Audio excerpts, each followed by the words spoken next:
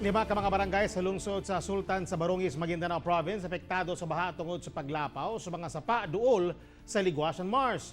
Kini ang gitutukan ni GMA RTV News stringer Ferdinand Cabrera. Tungod sa sunod-sunod ug walay pukas nga pag-ulan, misaka ang level sa tubig sa Ala o Kapingkong River sa Sultan sa Barangis o SSB sa Maguindanao. Daw nahimong tagasalo ang SSB sa milapaw nga tubig sa Liguasan Marsh. Busa, kalbaryo ang hatod ni ngadto sa mga residente sa maong lungsod.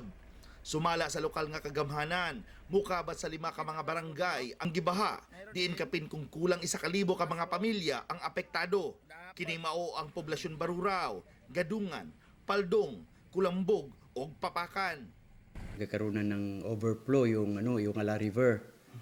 Dahil pag malakas ang ulan sa south, talagang dito yung catch basin kasi kami sa Sultan sa Barangis.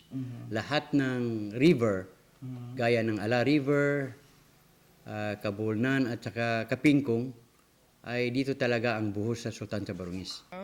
Tataw gayud ang perwisyong hatod sa baha. Gani, makita kining pipila ka mga residente nga pasulod sa ilang balay nga tagahawak ang kalawom sa tubig. Busa ang uban, napugos nga temporaryong mubakwit ngadto sa laing lugar aron makalikay sa tubig baha. Hirap talaga, sir.